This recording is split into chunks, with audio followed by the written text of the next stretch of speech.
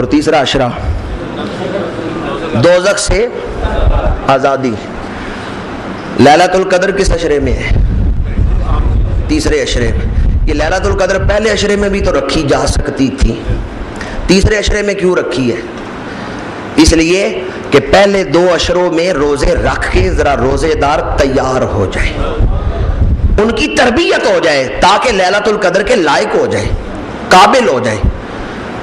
ایک لمحے کے لیے ذرا سوچیں، کیا چھٹا روزہ ہم نے رکھا ہے؟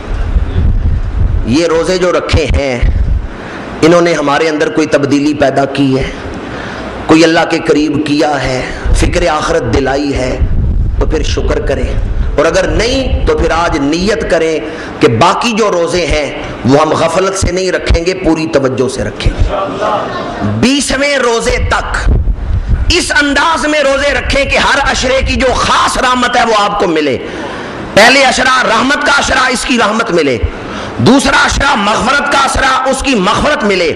اگر 20 روزے اس انداز میں رکھ لیں اور تیسرے عشرے میں یوں داخل ہو کہ 20 روزوں نے آپ کے ظاہر و باطن کو سنوارا ہو، آپ کو پنجگانہ نمازی بنایا ہو، آپ کو تقوی کے زیور سے آراستہ کیا ہو، اور 20 روزوں نے آپ کی حالت یہ بنا دی ہو کہ چلتے پھرتے اللہ کا قرب محسوس ہوتا ہو۔ چل گجرات کی گلیوں میں رہے ہوں، یوں لگے مدینہ منورہ کی گلیوں میں چل رہے۔ اگر 20 روزوں نے یہ حالت بنا دی ہو کہ چل گجرات کی گلیوں میں رہے ہوں اور لگے یوں کہ مدینہ منورہ کی گلیوں میں پھر رہے ہیں، اگر یہ تربیت ہوئی ہے تو بڑی ذمہ داری سے کہہ رہا ہوں، جب تیسرے عشرے میں داخل ہوں گے، یہ 20 روزوں سے جو تربیت حاصل ہوئی ہے، لیلۃ القدر تیسرے عشرے میں ہے، جو 20 روزوں کی تربیت لے کے تیسرے عشرے میں داخل ہوتا ہے، اللہ اس کو لیلۃ القدر عطا فرما دیتا ہے، اس کو اس رات جاگنے کی توفیق مل جاتی ہے، وہ خاص لمحہ اس کو اللہ عطا فرما دیتا ہے۔ ہماری حالت یہ ہے، ہم کیا چاہتے ہیں 20 روزے بھی توجہ سے نہ رکھیں، آخری عشرے میں ایک رات تھوڑی دیر جاگ لیں اور ہمیں لیلۃ القدر مل جائے۔ لیلۃ القدر کی تیاری پہلے روزے سے ہی شروع کر دیں۔ شب قدر حاصل کرنے کے لیے شوق اور تیاری پہلے روزے سے ہی شروع کر دیں۔ اگر ہر روزہ آپ کے درجے کو بڑھا رہا ہو، اگر ہر روزہ آپ کے مقام کو قرب میں اعلیٰ مقام پہ پہنچا رہا ہو، تو پھر وہ روزہ آپ پر اثر انداز ہو رہا ہے۔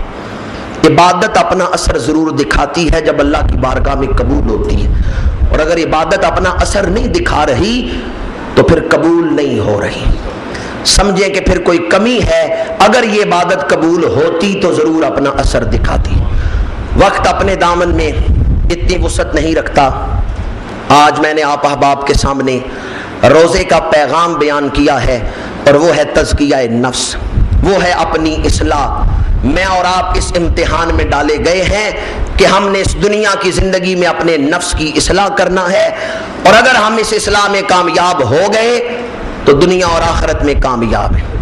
اور روزہ ہمارے لیے بہت بڑا انعام ہے، اللہ کا ہم شکر ادا کرتے ہیں، اس نے ماہ رمضان ہمیں عطا کی ہے، چونکہ اگر کوئی صحیح طریقے سے اس ماہ رمضان کو گزارتا ہے اس کے نفس کی اصلاح ہو جاتی ہے۔ اگر کوئی اللہ سے مانگتا ہے کہ الہی مجھے تقویٰ عطا کر، مجھے نفس کی اصلاح عطا کر، اللہ تعالیٰ اس ماہ مبارک کی برکت سے اس کو یہ چیز عطا فرما دیتا ہے۔ آج انہی الفاظ پہ اپنی گفتگو کو سمیٹتا ہوں۔